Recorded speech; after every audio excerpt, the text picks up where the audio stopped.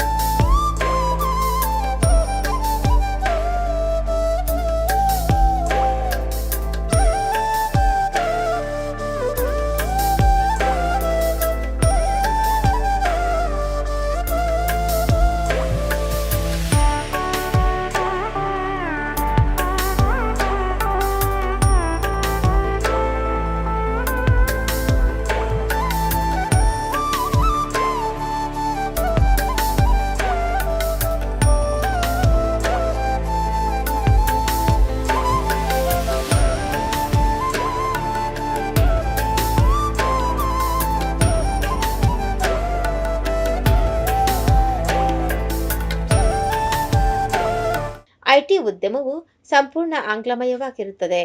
ಆದರೆ ಈ ಸಂಸ್ಥೆಯು ಸಂಪೂರ್ಣ ಕನ್ನಡಮಯವಾಗಿದ್ದು, ನಾಡು ನುಡಿ ಸಂರಕ್ಷಣೆಗಾಗಿ ಈ ಸಂಸ್ಥೆಯು ಕಟಿಬದ್ಧವಾಗಿ ಶ್ರಮಿಸುತ್ತಿದೆ.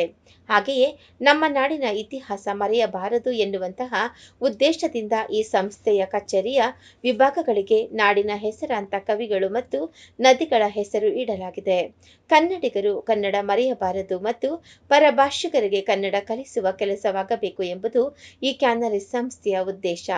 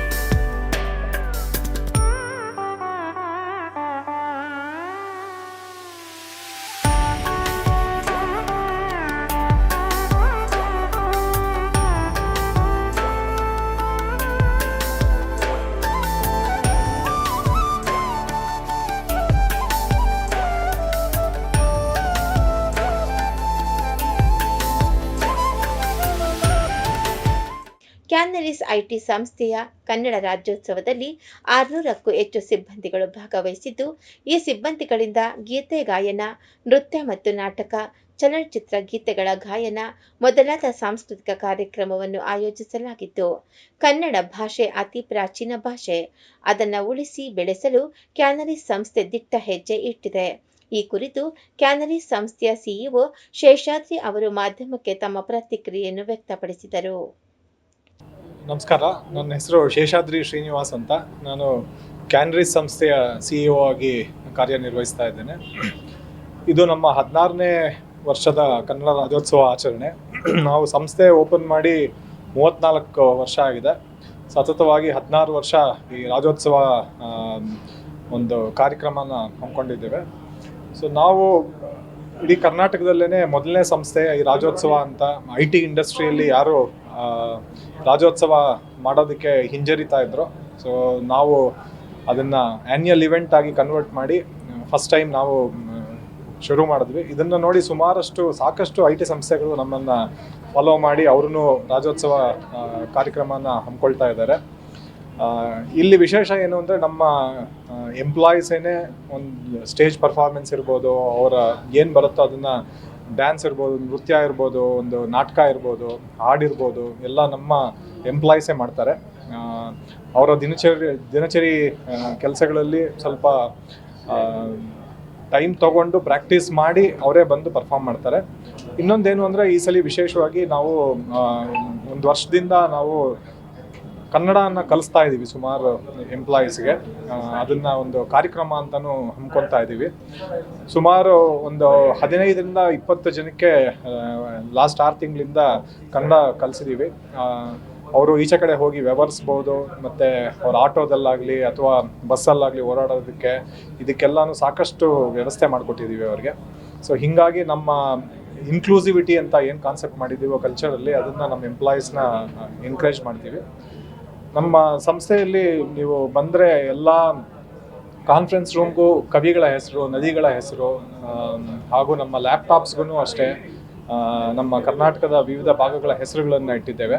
ಸೊ ಹೀಗಾಗಿ ನಾವು ನಮ್ಮ ಸಂಸ್ಥೆಯಲ್ಲಿ ಕನ್ನಡನ ಎತ್ತಿಡಿಬೇಕು ಅನ್ನೋದು ಒಂದು ಪ್ರಾಧಾನ್ಯ ಕೊಟ್ಟಿದ್ದೇವೆ. ಸೊ ಎಲ್ಲರಿಗೂ ಎನ್ಕರೇಜ್ ಮಾಡಬೇಕು ಅನ್ನೋ ಒಂದು ಉದ್ದೇಶದಿಂದ ಇದನ್ನು ಮಾಡ್ತಾ ಇದ್ದೇವೆ. ಸುಮಾರು ಮುಖ್ಯ ಅತಿಥಿಗಳು ಬರ್ತಾ ಇದ್ದಾರೆ. ಇನ್ನು ಕನ್ಫರ್ಮೇಷನ್ನು ಬರಬೇಕು ಇವಾಗ. ಸೊ ಪ್ರತಿ ವರ್ಷ ಕವಿಗಳಾಗಿರ್ಬೋದು ಅಥವಾ ಲಿರಿಸಿಸ್ಟ್ ಆಗಿರ್ಬೋದು ಅಥವಾ ಪ್ರಮುಖ ಗಾಯಕರಾಗಿರ್ಬೋದು, ಹೀಗೆ ಕನ್ನಡದವ್ರನ್ನ ಕರೆಸಿ ಅವ್ರನ್ನ ನಾವು ಸನ್ಮಾನ ಮಾಡೋದು ನಮ್ಮದೊಂದು ವಾಡಿಕೆ ಆಗಿದೆ. ಸೊ ಇವತ್ತೂ ಎಕ್ಸ್ಪೆಕ್ಟ್ ಮಾಡ್ತಾ ಇದ್ದೀವಿ ಇಬ್ಬರು ಅತಿಥಿಗಳನ್ನ. ಕನ್ಫರ್ಮೇಷನ್ ಬರಬೇಕು. ಸುಮಾರು ಒಂದು 600 ಜನ ಬರ್ತಾರೆ ಇವತ್ತು ಇವೆಂಟ್ಗೆ. ಸೊ ಹೀಗಾಗಿ ತುಂಬ ವಿಜೃಂಭಣೆಯಿಂದ ಆಚರಣೆ ಮಾಡ್ತೀವಿ.